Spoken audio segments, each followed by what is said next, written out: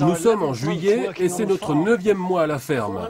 Il y a 400 ans, c'était le début de la période la plus chargée de l'année, celle des récoltes, 2 mois de travail acharné. Les premiers fruits rouges sont prêts à être cueillis, les groseilles rouges et blanches et bien sûr les groseilles à maquereau. Maintenant que c'est l'été et qu'il fait beaucoup plus chaud, le temps est idéal pour la lessive. L'herbe est haute dans les prés et à l'époque, il aurait été essentiel de la couper, d'en faire du foin et de l'engranger.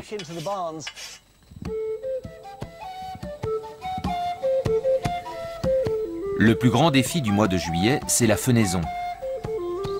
Tim Kohler de English Nature, qui fauche le foin à la main depuis plus de 10 ans, est venu aider Stuart, Alex et Fonz. C'est comme la nage synchronisée. Il y a un prunier qui essaie de pousser. Les campanules du printemps sont fanées depuis longtemps et l'herbe s'est épanouie dans ce pâturage de montagne. Il y a plusieurs façons de savoir si l'herbe est prête à être fauchée ou pas. Ce n'est pas tant sa taille qui compte, mais sa maturité. Voici de la cascavelle, avec ses capsules qui ressemblent à du papier. Quand elles sont sèches et que les graines commencent à tomber, cela indique que le foin est prêt à être fauché. On peut également observer les autres épis. Ça, c'est de la flouve odorante. Vous voyez, elle est toute parcheminée aussi, et quand les graines tombent, la tige commence à mourir et le foin perd une grande partie de ses qualités. Tout le monde participe aux moissons. Pas juste le fermier et ses serviteurs, mais aussi les manœuvriers engagés à la journée, car il faut profiter du beau temps pour tout finir tant qu'on le peut. Sans une bonne récolte de foin, il n'y a pas de fourrage pour nourrir le bétail de la ferme. Il n'y avait aucune alimentation artificielle pour les bêtes à l'époque. Et si on ne pouvait pas les nourrir pendant l'hiver, quand il n'y a plus de pâturage, on les perdait.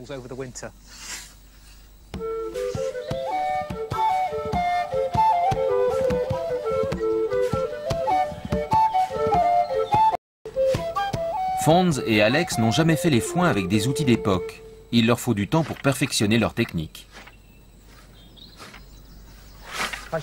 J'ai commencé avec un style assez maladroit, genre avant défensif au cricket, mais ça devient graduellement un geste de golfeur.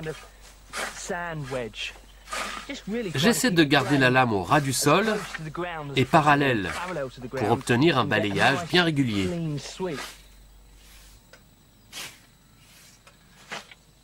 C'est un petit outil très efficace.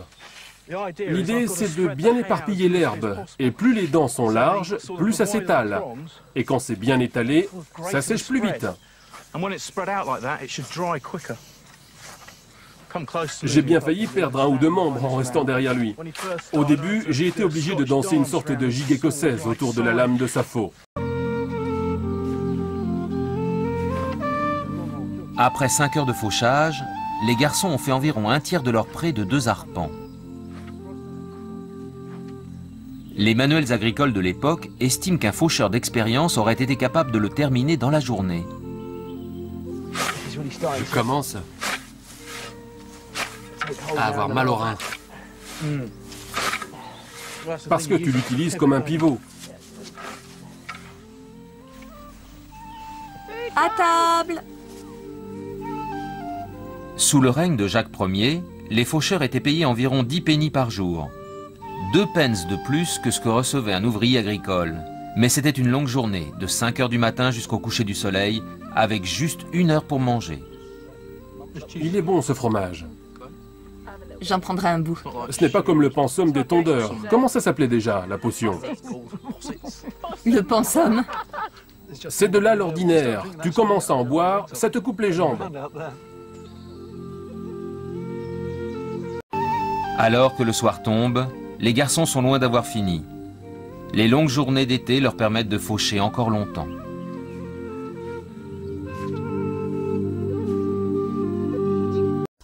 Après plusieurs jours de soleil, Stuart, Alex et Fonz reviennent au pré pour entamer l'étape suivante, retourner l'herbe fauchée.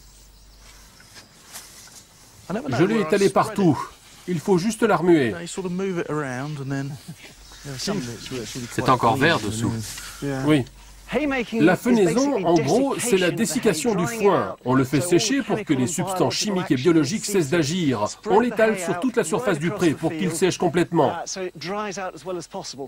Toutes les illustrations de l'époque, les gravures sur bois de gens faisant les foins, les montrent sous un soleil brûlant, souvent stylisé à l'arrière-plan. On peut dire qu'ils font littéralement un foin d'enfer. Dans le pré, le soleil d'été est toujours torride. C'est mon champ préféré. Quand on est arrivé en septembre, la fenaison était terminée et il était complètement rasé, pas très beau. Mais là, nous l'avons vu pousser.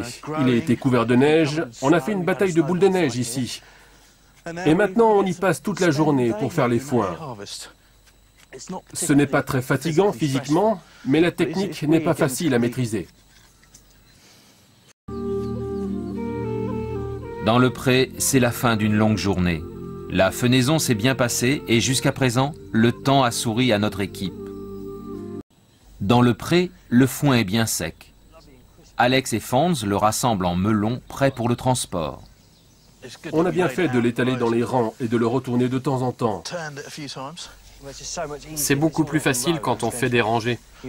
On sait que la moitié va cuire tranquillement au soleil. Tes tas sont plus gros que les miens. Ah oui? Oui. Il est enfin temps de rentrer le foin. Alex et Fonz font appel à Blackthorn, l'ex-cheval de mine, pour tirer le traîneau. Super, Fonz. Il ne faut pas sous-estimer l'importance de ces animaux dans les fermes il y a 400 ans. Car Blackthorn s'est révélée très utile.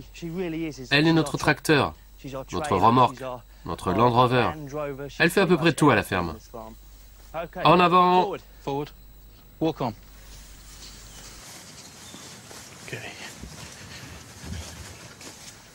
Tranquille.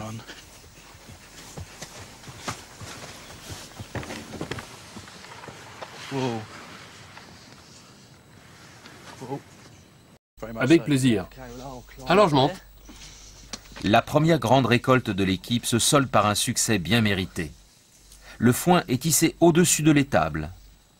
Il est absolument essentiel qu'il soit parfaitement sec. Ça ressemble peut-être à du foin, mais en fait c'est une substance très dangereuse. S'il était mouillé, il se décomposerait et générerait beaucoup de chaleur. Et la chaleur mélangée à de l'oxygène, un combustible, peut provoquer un feu qui détruirait l'étable qui nous a pris si longtemps à construire. On perdrait 2 mois de travail, plus le foin. C'est le moment que j'attendais depuis longtemps, car on va bientôt quitter la ferme.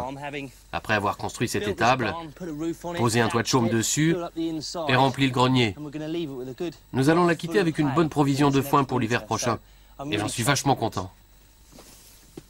Ça rentre? Je tasse parce que le plancher n'est pas tout à fait... Il n'est pas stable, hein? Pas vraiment solide. Alors je fais une couche. C'est Stuart qui l'a construit, non? Oui. Attention à mes mains avec ta fourche. Le foin entreposé,